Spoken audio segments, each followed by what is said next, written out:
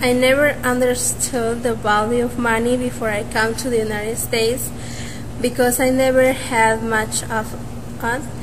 My name is Rosa and I am from Chiapas, Mexico. 7 years ago I moved from Mexico to the United States to find a way to make better money that I could in Mexico. I am now happy and I now have work, but that has not always been the case.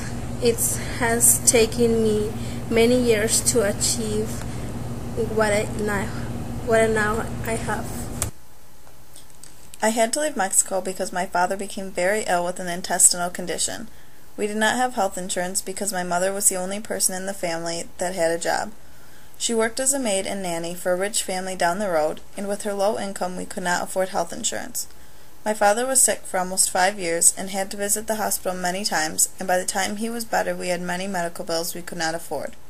My family decided the best way to pay off the bills would be for my brother and I to come to America. In Mexico, it was very hard to find a job that paid enough to support a family. However, I found out that it was no easier to find a decent job in the United States. After crossing the border, my brother and I settled in California just north of Mexico. To my surprise, there were many similarities to this town and my town in Mexico. Everyone was looking for a job, and there were very few good ones. After a few months of working a few different low-paying jobs, my brother and I decided to leave California to move to live with my cousin because he said in Michigan there were better-paying jobs. After I came to Michigan, I found a job at the Mexican restaurant Pancheros. It is a very good job, it is well-paying, I work with nice people, and there are a lot of hours for me. However, not every job I have had has been this way. Before I worked here, I faced many problems finding and keeping jobs. Many employers refused to hire me because of my dark skin or because my English was not good when I first moved here. That is why I have only worked at restaurants since I have been here. They seem to be the only place in the United States where someone without perfect English can find work.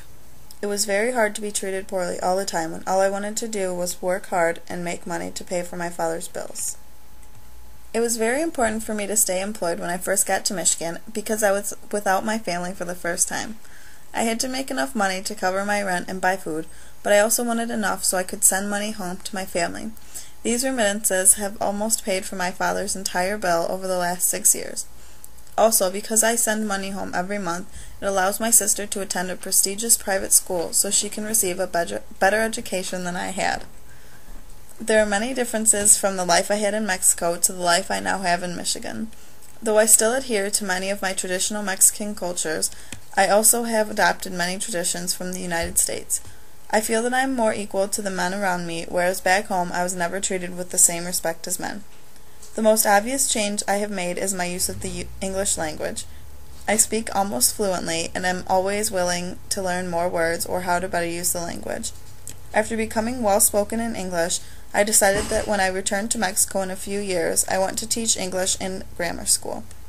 I want to be a teacher so I can teach children another language, but also so I can convey all the opportunities that await Latinos in the U.S.